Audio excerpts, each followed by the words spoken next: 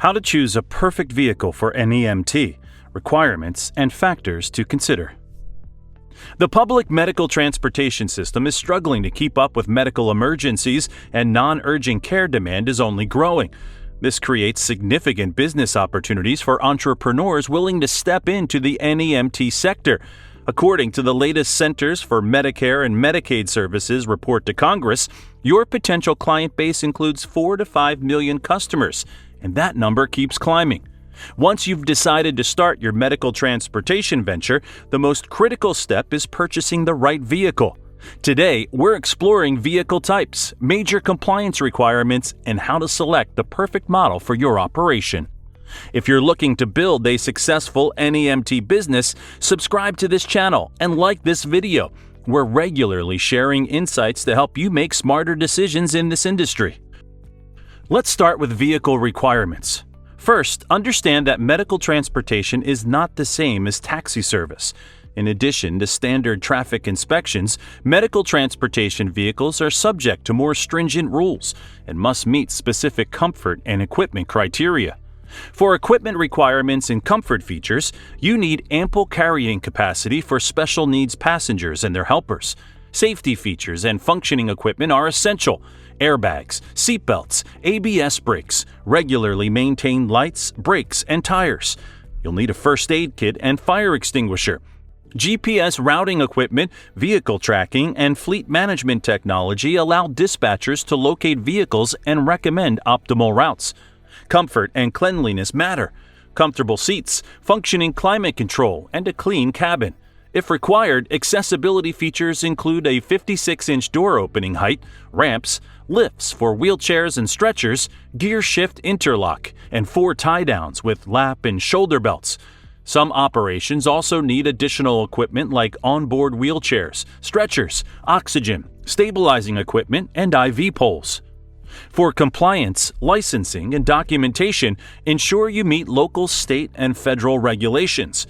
Familiarize yourself with the Americans with Disabilities Act and Federal Motor Carrier Safety Administration regulations. Find out whether your state requires private NEMT providers to follow ADA guidelines. Always have up-to-date vehicle registration and proof of ownership or leasing. Your vehicles need adequate insurance coverage, liability, collision, comprehensive, plus NEMT-specific coverage. Your fleet should pass routine inspections by certified mechanics. Some states mandate that vehicles cannot operate within medical transportation service after 15 years from the manufacture date. The most common age range is between 5 and 10 years. These are universal guidelines. Always stay current with legislative requirements and consult local authorities for maximum compliance. Don't hesitate to ask fellow medical transportation entrepreneurs and experts for advice and listen to customer feedback. Now let's talk about vehicle types. Your fleet composition depends on your investment size, chosen transportation tasks, and the level of responsibility you're willing to take on. Choosing the right vehicle that balances these factors significantly increases your chances of securing contracts with private customers and Medicaid brokers. First, passenger vehicles for ambulatory or outpatient transportation. An ambulatory patient can sit, stand, and walk with little to no assistance and can travel a normal path to safety without aid. These passengers don't require special equipment, so vehicles need minimal to no modifications. This includes spacious sedans, station wagons, crossovers, and SUVs. These ambulatory vehicles are typically more affordable to buy and operate. You can select models with low fuel consumption, and SUVs guarantee a smooth ride in areas with poor road conditions. The downside is limiting yourself to ambulatory passengers will probably mean fewer available contracts. Most popular models include the Toyota Prius and Nissan Versa. Second, wheelchair-accessible minivans, the workhorses of medical transportation. Minivans are more versatile than standard passenger vehicles.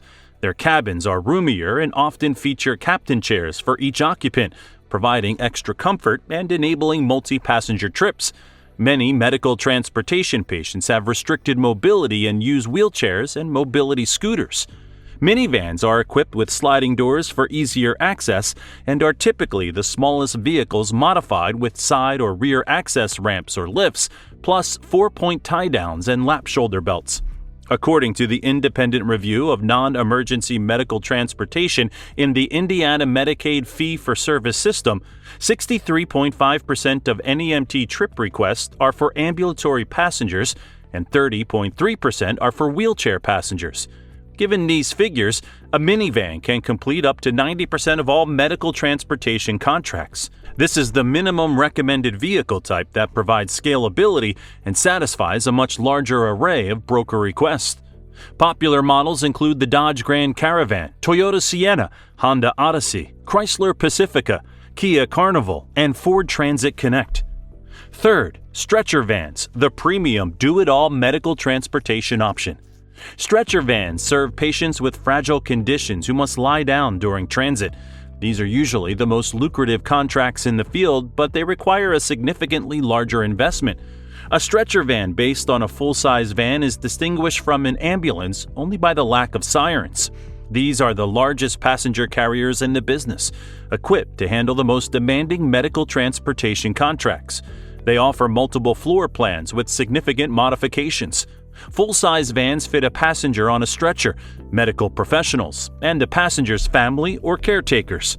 They ensure a tightly controlled cabin environment and provide remote-controlled ramps and extra equipment like oxygen tanks, ventilators, ECG, IV poles, and other stabilizer equipment.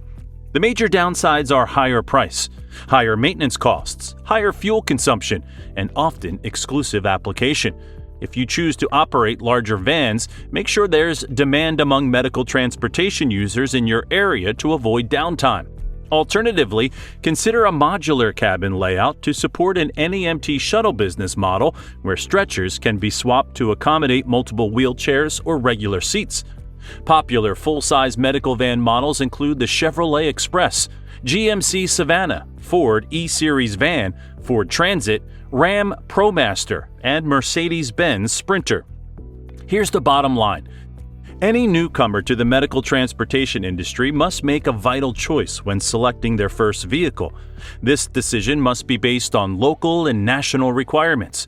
Depending on your budget and ambition, select the NEMT niche you want to operate in. This decision guides you to the vehicle types you'll need. All vehicle categories can ensure a stable stream of orders from private passengers and brokers. Operating more specialized vehicles narrows your competition niche and allows you to accept better paid contracts.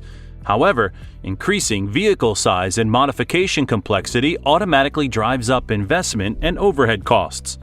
You can start a medical transportation company with a single vehicle or go for bigger contracts with a fleet of stretcher vans. Regardless of your initial choice, make sure to implement a robust scheduling, routing, billing, and dispatching system.